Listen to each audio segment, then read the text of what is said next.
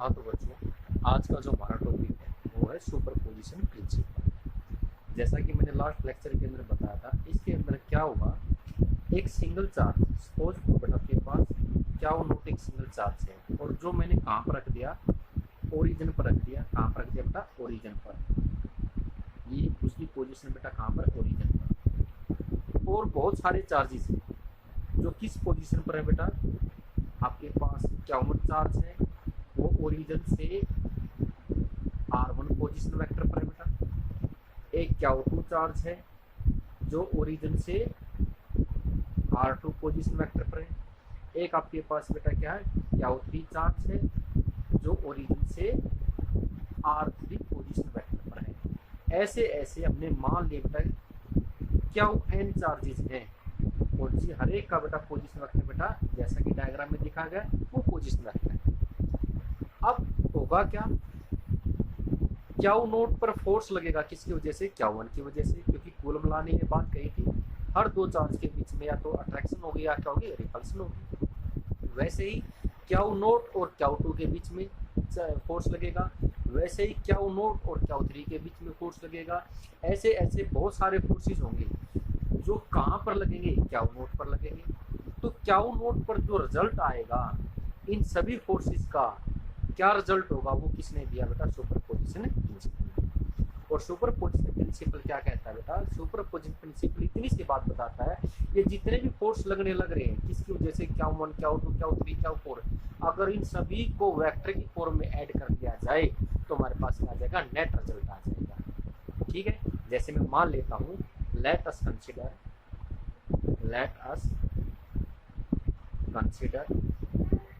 F01। F01 आपके पास बेटा क्या है? Force on Q nought due to Q1। Q nought पर फोर्स लगा बेटा किसकी वजह से? Q1 की वजह से, और उसको किसके साथ रिप्रेजेंट किया? F01 की वजह से। फिर बेटा आपके पास F02, ये फोर्स है बेटा क्या? Force on Q nought due to Q2। ऐसे हमारे पास बेटा क्या है? F03, ये भी कैसा फोर्स है जो किस पर लगा? Q नोट पर लगा, और किसकी वजह से? Q3 की वजह से। ऐसे ऐसे कितने फोर्स हमारे पास बेटा? हमारे पास F0n तक फोर्स है। और F0n कैसा फोर्स है? एक ऐसा फोर्स, ये force act on Q nought due to Qn। तो सभी के सभी हमारे पास फोर्सेस आ गए। और डेफिनेशन हमें क्या कहती है बेटा? अकॉर्डिंग टू दिस प्रिंसिपल, इस प्रिंसिपल के अकॉर्डिंग हमारे पास बेटा जो रिजल्टेंट फोर्स होगा एफ रिजल्टेंट, वो क्या होगा? इन सभी फोर्सेस को हम क्या कर देंगे? वेक्टर फॉर्म में ऐड करेंगे। F01 plus F02 plus F03, और कहाँ तक बेटा? ये F0n तक। ये हमारे पास मैथमेटिकली क्या इसका रिजल्ट है। कोई डाउट यहाँ तक? अब इसको बेटा लिखा कैसे जाएगा? लिखने के लिए बेटा स्टेटमेंट को कैसे लिखा जाएगा, देखो क्या तरीका होगा। उसके लिए हम क्या करेंगे?